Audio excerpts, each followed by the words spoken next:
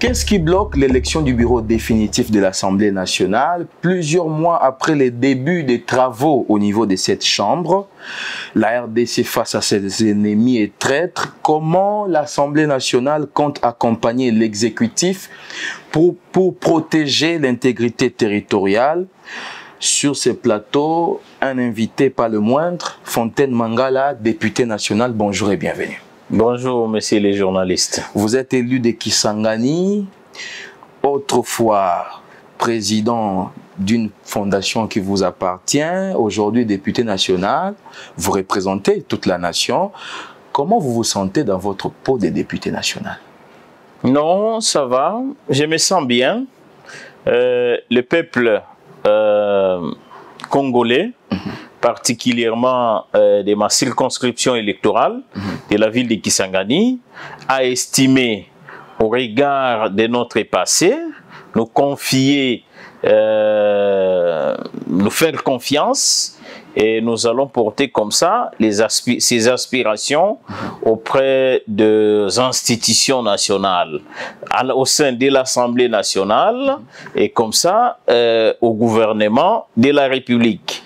Et cette confiance-là, en tout cas, nous va droit au cœur, parce que le peuple l'a voulu ainsi. Voilà.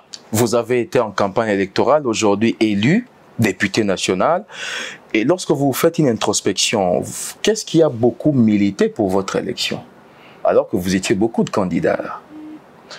Bon, ce qui a milité, comme je venais de le dire, ce qui a milité en notre faveur, c'est justement notre passé. C'est notre être avec cette population-là. Qu'est-ce qui renforce Parce que nous avions toujours été avec cette population, nous l'avions toujours défendu, nous avions toujours milité pour le bien-être de cette population. Et je crois que c'est ce qui a milité pour que cette population nous fasse confiance. Alors là, vous n'avez plus droit à l'erreur, vous devez vraiment travailler pour cette population. Comment comptez-vous mener vos actions de parlementaire pour ne pas décevoir cette population? Non, nous n'irons pas en dehors de ce qui est prévu pour un député, pour un parlementaire. Et c'est connu que les députés ou les parlementaires ont des missions claires, définies par les textes légaux. Nous avons, les parlementaires a pour travail de légiférer, il a aussi pour travail de contrôler. C'est là que nous allons être. Nous allons travailler pour ça, nous allons veiller à ce que l'intérêt de la population dans l'ensemble soit garanti, et particulièrement pour la population de la ville de Kisangani. C'est comme cela que nous allons travailler. Nous allons en tout cas utiliser les moyens à notre disposition comme parlementaires pour faire valoir les intérêts de notre population. Existe-t-il déjà des avant-propositions de loi ou vous attendez à ce que le bureau définitif soit d'abord installé? Alors, nous sommes en train, c'est vrai que pour le moment, ce qui nous préoccupe, parce que les matières à traiter pendant la session extraordinaire sont très bien définies. Et alors, nous sommes dans ça. Nous avons précédemment procédé à la validation de nos mandats.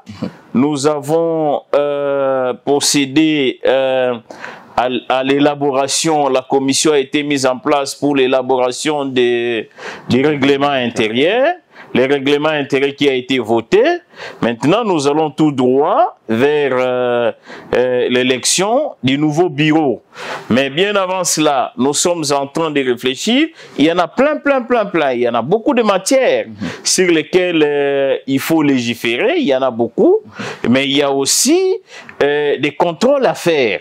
C'est là que, en tout cas, nous allons définir notre mandat sur les contrôles parlementaires, sur des sanctions que nous devons infliger aux mauvais gestionnaires.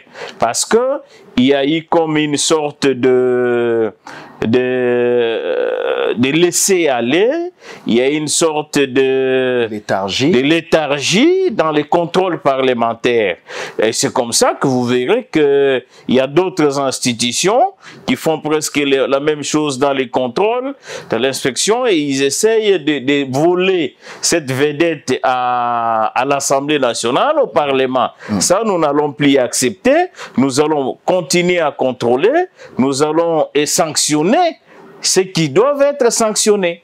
Alors, en principe, la session ordinaire de mars était censée commencer le 15 mars. Mais on est là dans une longue session extraordinaire. Qu'est-ce qui justifie cela? Ce qui justifie cela, nous regrettons que nous ne puissions pas marcher comme le veut les textes. Okay. Mais je pense que nous allons nous rattraper. Je pense que nous allons tout faire pour que les choses aillent un peu plus vite. Vous savez que nous avons beaucoup de problèmes, beaucoup de préoccupations dans le pays. Et alors, il ne faudrait pas que nous puissions continuer à traîner le pas. Nous devons aller un peu plus vite, mettre les bureaux définitifs et puis continuer le travail. Vous savez qu'il y a des députés qui aujourd'hui ont déjà des propositions de loi et qui attendent juste les bureaux. Il y en a d'autres qui veulent déjà utiliser des moyens à leur disposition pour contrôler l'exécutif. Okay. Mais ils ne peuvent pas le faire parce que il faut, les matières que les bureaux provisoires doivent traiter sont très bien connues. On ne peut pas aller outre cela. Alors, c'est comme ça que nous attendons, mais nous pensons que nous devons aller un peu plus vite. Vous avez les règlements intérieurs, vous avez validé les mandats, et donc la prochaine session, ça sera pour l'élection du bureau définitif. Et tout à fait. Je crois que dans les délais les plus brefs, le calendrier sera là pour les élections des membres du bureau. Élection pour laquelle vous êtes aussi candidat, membre du bureau ou président de l'Assemblée nationale? Je pense que je vais préciser dans les prochains jours, mais il n'est pas exclu que je sois candidat dans l'un des postes du bureau provisoire et du bureau définitif de l'Assemblée nationale. Les raisons? Nous voulons faire de notre Assemblée effectivement un organe qui joue pleinement son rôle. Nous voulons que cette Assemblée soit réellement l'institution où la démocratie est vécue. Nous voulons faire de cette Assemblée nationale une institution réellement qui défend le peuple. Okay. Qui met les moyens à la disposition de notre peuple et que le gouvernement de la République doit appliquer. Et le suivi, les contrôles et la liberté, effectivement, des honorables députés doit être garantie. Donc nous voulons une assemblée qui répond aux exigences, qui répond aux aspirations de la population. Mais pendant ce temps, vous êtes élu à ACPG, mais dans le partage, on ne vous reconnaît pas un poste au bureau de l'Assemblée nationale. Comment vous allez faire? Non, le député est libre. Le député est libre, il a été élu par le peuple pour les représenter. Je ne crois pas que j'entre en contradiction aussi avec mon regroupement, parce que je pense que il s'agit là d'une autre liberté garantie par la Constitution et par tous les autres textes. Et si aujourd'hui je suis candidat à n'importe quel poste à l'Assemblée nationale, je pense que ce sera avec la bénédiction de mon regroupement. Est-ce qu'aujourd'hui, Fontaine Mangala est-il ou se croit capable de battre Kamere, de battre Mbosso, de battre Bahati, si jamais vous lorgnez pour la présidence de l'Assemblée nationale? Mais pourquoi pas? Pourquoi pas? Je suis député au même titre qu'eux. Ça veut dire que nous avons les mêmes droits, nous avons les mêmes devoirs. Voilà. Alors, si je n'ai pas encore appris une quelconque candidature, c'est vous qui m'informez, de Vital Kamerhe ou de M. Mbosso, je n'ai pas encore entendu parler de leur candidature, mais si ils peuvent être candidats et que je pourrais être candidat, je ne crois pas qu'ils puissent me battre. Je ne crois pas que j'aurai la confiance sûrement de mes collègues qui me feront confiance. Alors, ça ne nous reste qu'à vous souhaiter bonne chance et nous serons très heureux de vous accompagner dans cette bataille. Merci beaucoup. Si déjà vous pouvez m'accompagner, je crois que ça sera la volonté et le vœu de plusieurs autres Congolais. Très bien. Alors, la RDC fait, sur le plan sécuritaire, la RDC fait face à des ennemis et des traîtres. D'abord, l'exécutif s'est prononcé pour la levée du moratoire afin d'appliquer la peine de mort. Votre réaction d'abord sur cet aspect-là, la peine de mort pour sanctionner les traîtres de la nation. Bon, je pense qu'il y a la République démocratique du Congo fait face effectivement depuis plus de 30 ans à des situations comme celle-ci. Des situations où certains Congolais trahissent la nation, malheureusement, où certains Congolais coalisent avec les forces extérieures pour attaquer les Congolais et le Congo. Et nombreux Congolais innocents ont perdu de leur vie avec toutes ces aventures. Alors, voir la République démocratique du Congo faire comme les autres États, parce qu'on doit très bien le souligner, plusieurs États appliquent la peine de mort, notamment les États-Unis qui aujourd'hui constituent un pays d'une grande démocratie. Alors, que voir la République démocratique du Congo vouloir sanctionner les traîtres, vouloir sanctionner ceux qui trahissent la République, je ne vois aucun mal. Pour moi, j'estime que notre pays doit sanctionner par cette peine de mort tous les traîtres. C'est tout à fait normal. Est-ce que ça ne sera pas une arme contre les adversaires politiques?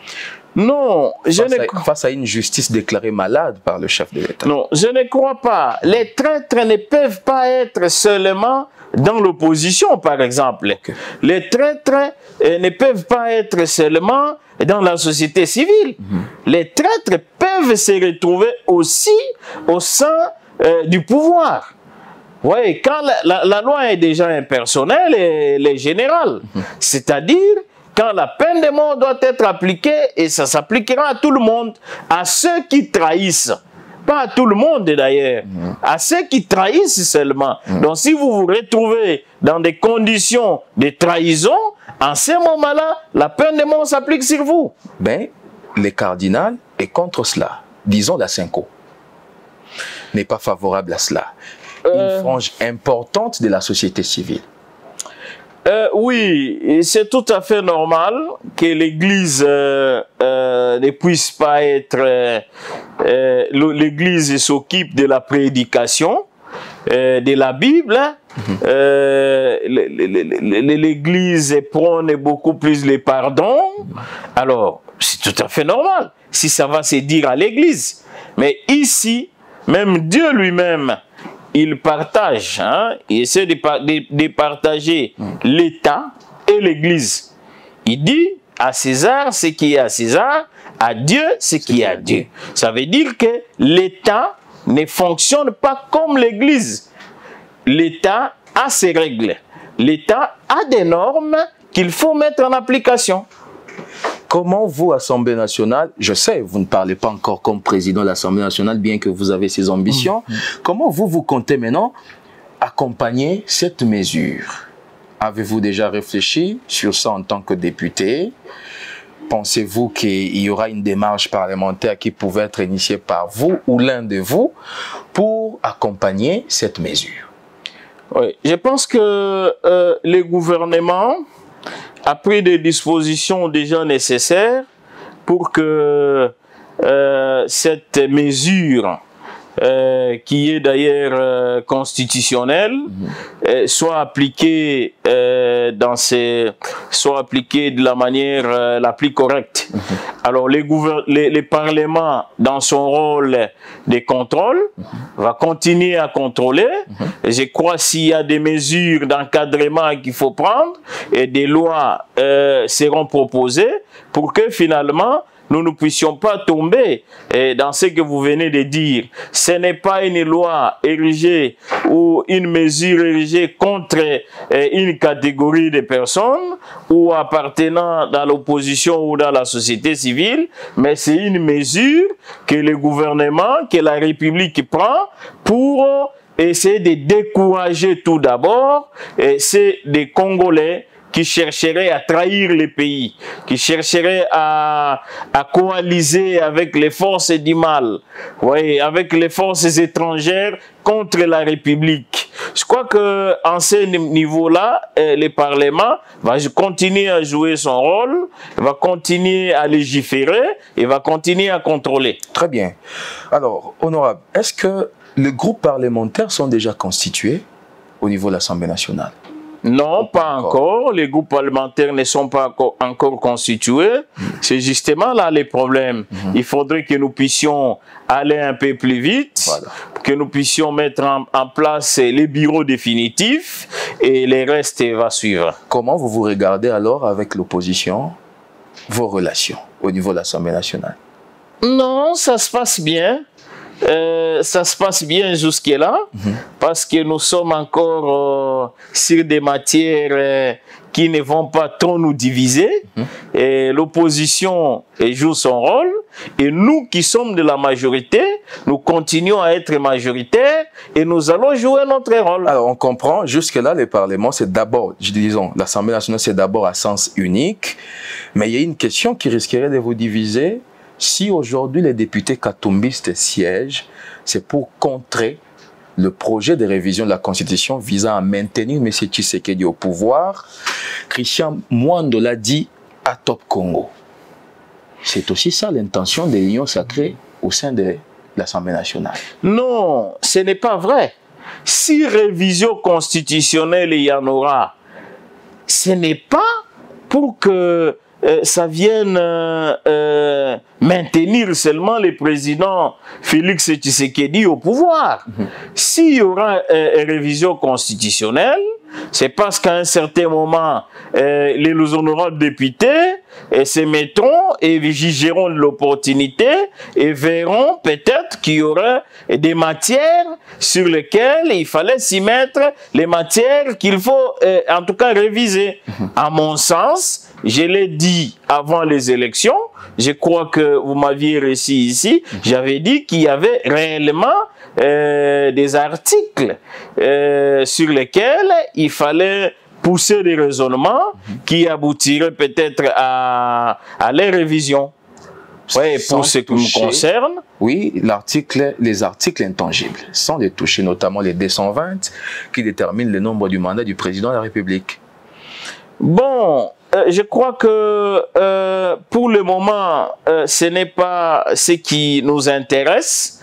Pour le moment, c'est la mise en place de notre bureau et puis nous continuerons à réfléchir ensemble. Vous voyez, vous savez que l'Assemblée nationale, où nous de l'Union sacrée qui soutenons le président de la République, nous sommes démocrates, nous prenons la démocratie, l'opposition aura à dire dans cette assemblée. Nous allons travailler ensemble. Ils ne sont qu'une trentaine, hein? Mais les députés de l'opposition. Justement, c'est ça peut-être, c'est pourquoi aux prochaines élections, nous demanderons à l'opposition de bien s'organiser. Vous voyez, de bien s'organiser parce que déjà, avec une trentaine de députés seulement, bon, l'opposition aura la parole. Je crois que la majorité démocrate que nous constituons travaillera pour protéger cette petite opposition. Très bien. L'actualité, c'est aussi la nomination de la première ministre. Comment vous avez accueilli cette nouvelle? Non, nous avons aimé. Nous avons aimé. C'est une première dans le pays que le président de la République vient de faire.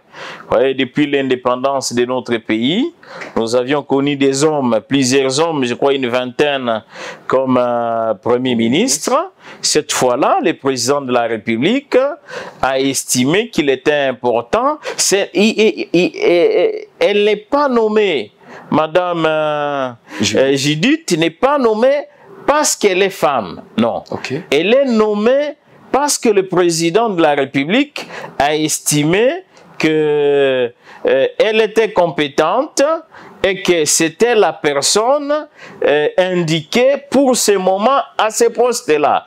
Donc c'est comme ça que le président de la République l'a nommé, et je crois que c'est une fierté pour les femmes et c'est une fierté pour l'ensemble du pays. Vous savez que le président de la République, c'est aussi les champions de la masculinité positive. Donc vous voyez que le président de la République est resté dans sa vision et c'est la vision qui est en train d'être appliquée. Alors là, elle est une première dame, première ministre. Vous ne pensez pas que c'est une forme de pression sur elle? Puisqu'elle est censée laisser les traces pour qu'elle ne passe pas inaperçue. Peut-être qu'après elle ou 2, 3 mandats, il y aura une autre première ministre. Ce n'est pas une pression pour elle? Non, ce n'est pas, je ne crois pas que ce soit une pression, mais elle aura des obligations de résultats. C'est ça. Oui, le pays a beaucoup de défis à relever. Le président de la République lui a fait confiance. Et comme je venais de le dire, c'est une première dans le pays. Et si elle travaille comme le président de la République l'entend, alors pourquoi pas avoir demain, comme le président lui-même a dit, un président de la République femme. Voilà. Vous voyez, c'est une lourde responsabilité que nous, surtout députés de la majorité de l'Union sacrée, devons accompagner. Vous l'attendez au Parlement? Tout à fait. Mais ce qui est sûr, c'est qu'il n'y aura pas de complaisance dans ces parlements-là. Vous voyez, le contrôle sera strict. Et le contrôle, il n'y aura pas de tergiversation pour ce qui est des contrôles. Plus de 400. Tout à fait. Et jamais un gouvernement n'est allé à l'encontre plutôt un parlement est allé à l'encontre de l'exécutif. On a peur qu'elle soit caressée dans le sens des poils. Non, non, dire que le gouvernement, le Parlement n'est jamais allé à l'encontre. Non, non, on a vu à la législature passée un ministre de l'économie être mis dehors. On a vu ça. Donc ça veut dire que ceux qui seront ministres doivent être conscients que le peuple attend beaucoup d'eux. Et nous, en tant qu'élus du peuple, nous allons veiller à ce que les aspirations du peuple soient prises en compte. Au cas contraire, les moyens qui nous sont reconnus par la Constitution et d'autres textes seront appliqués. Très bien. Honorable, dernière question pour qu'on termine. À Kisangani, il y a eu vague d'arrestations. Des jeunes qui manifestent sans pour autant se munir des armes blanches ont été arrêtés. Votre mot? Bon, d'abord, à Kisangani, il s'observe depuis un certain moment de l'insécurité dans la ville. Okay. Oui, il y a une aggravation de l'insécurité dans la ville de Kisangani, dont on a rappelé quelquefois les ministres de l'Intérieur de prendre des mesures susceptibles de mettre fin à cette insécurité. Okay. Alors, les jeunes gens des mouvements citoyens ou des mouvements associatifs sont pratiquement descendus dans la rue pour réclamer plus de sécurité, parce que il ne se passe plus une seule nuit sans que l'on ne parle des cas de vol à main armée, sans que l'on ne parle des braquages. Alors, ces jeunes gens ont voulu interpeller l'autorité provinciale, voulu interpeller l'autorité urbaine. Mais très malheureusement, ça a mal tourné. Il y a eu l'utilisation des gaz lacrymogènes, il y a eu des échauffourées entre jeunes. Alors, nous aurions voulu que prochainement, que l'autorité locale puisse prendre des dispositions pour sécuriser des jeunes gens qui manifestent, parce que les jeunes n'interpellent que l'autorité a joué son rôle. Et nous n'avons pas été d'accord avec ce qui a été fait. Nous pensons que très prochainement, nous sommes dans un pays démocratique. Nous avons un président de la République élu démocratiquement et l'exercice du pouvoir doit être fait dans cette démocratie, vous voyez, dans le respect des libertés fondamentales. Alors, je pense que prochainement, l'autorité locale prendra des mesures appropriées pour gérer ce genre de situations, pour que l'on n'arrive pas, on n'en arrive pas à des débordements. Alors, nous profitons de ces plateaux de télévision pour rappeler au ministre de l'Intérieur qu'il faut voir de très près la situation de Kisangani, de prendre des dispositions nécessaires pour mettre fin à cette situation d'insécurité qui ne laisse pas tranquille la population. La population, vos électeurs, très bien, vous avez été très excellent. Nous vous remercions d'avoir répondu à notre invitation et des très bonnes choses pour la suite. En tout cas, c'est moi qui vous remercie pour l'occasion que vous venez de me faire, de communiquer avec les pays, avec notre population, particulièrement nos électeurs de la ville de Kisangani. Merci. Madame, Messieurs, c'est un plaisir de présenter pour vous cette émission qui avait reçu le député national Fontaine Mangala. À très vite.